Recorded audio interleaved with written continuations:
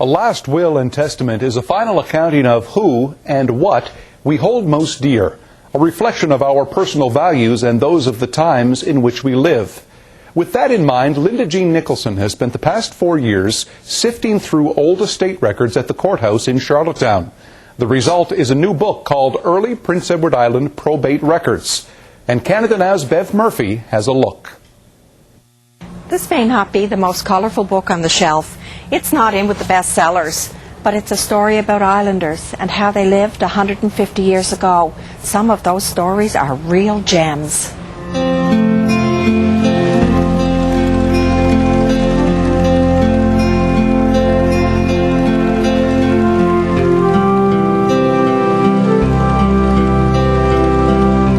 To my wife Frances, 1/3 of the rents and profits from Dawson's Grove for the remainder of her widowhood.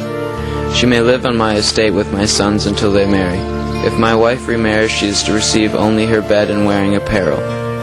To my sons, my 600 acres called Dawson's Grove, where I now reside.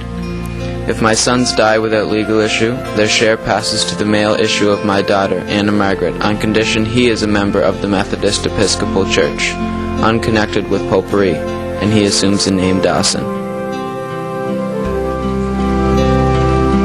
The beauty of these records is in the stories that are told by people, whether it's in a will or an administration, because what it does is it takes a photograph of a point in time of a person, how they feel, how they view the world, how they view those around them, what's important to them.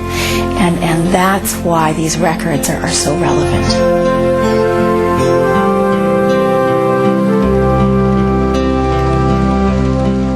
Being weak in body, to my wife Mary, the privilege of living in this house until my eldest son Daniel is 21 years.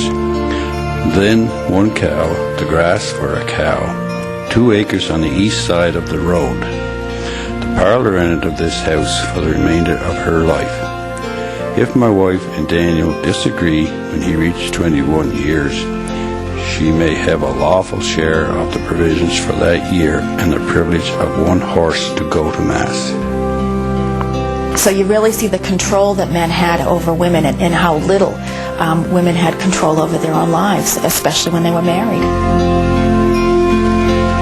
Daughters did not get much in the way of property from their fathers. They generally got a cow or some livestock, but seldom did they get land. To my son David, all my real estate. My daughter Judith is to receive 1 skillet when she marries.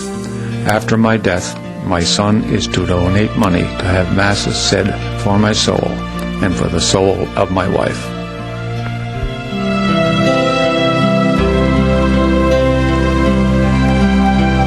The administrations occurred when there wasn't a will or there wasn't a valid will.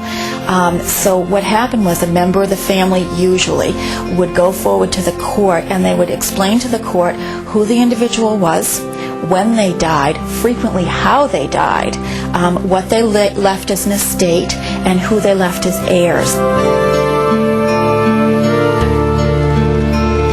Intestate sailed from Crapo on October last as master of the schooner William and Charlotte, bound for St. John's, Newfoundland. The schooner never arrived at her port of destination. More than once the vessel has been reportedly seen abandoned and waterlogged at sea. Your petitioner believes her husband and the crew perished on this voyage. 9 times out of 10 with the probate records, it's people taking care of their family and being concerned with their family. And even though it's different then because of the point in time it was, it's the same in very many ways. And to look at these people in these documents, you see also the similarities, the humanness in them. The intestate disappeared on April 5th and has not been heard from since. He was last seen in a state of intoxication, proceeding toward the shore of the York River. At the time, the ice was breaking up on the river. Your petitioner has long observed that when her husband has taken too much spirituous liquors, his senses are suspended and he becomes incapable of proper judgment. Under these circumstances, your petitioner has no doubt her husband, in attempting to pass over the ice on the river, was drowned on April 5th.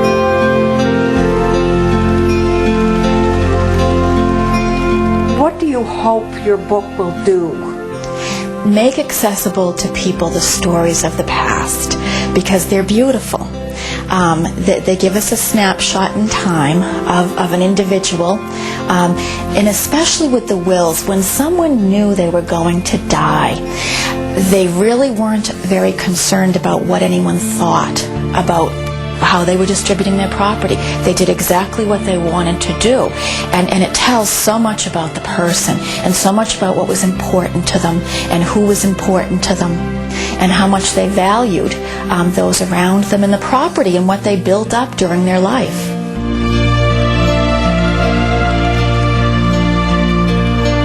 Whether you're a genealogist, a historian, or just interested in people, this book will give you real insight into how life used to be on PEI.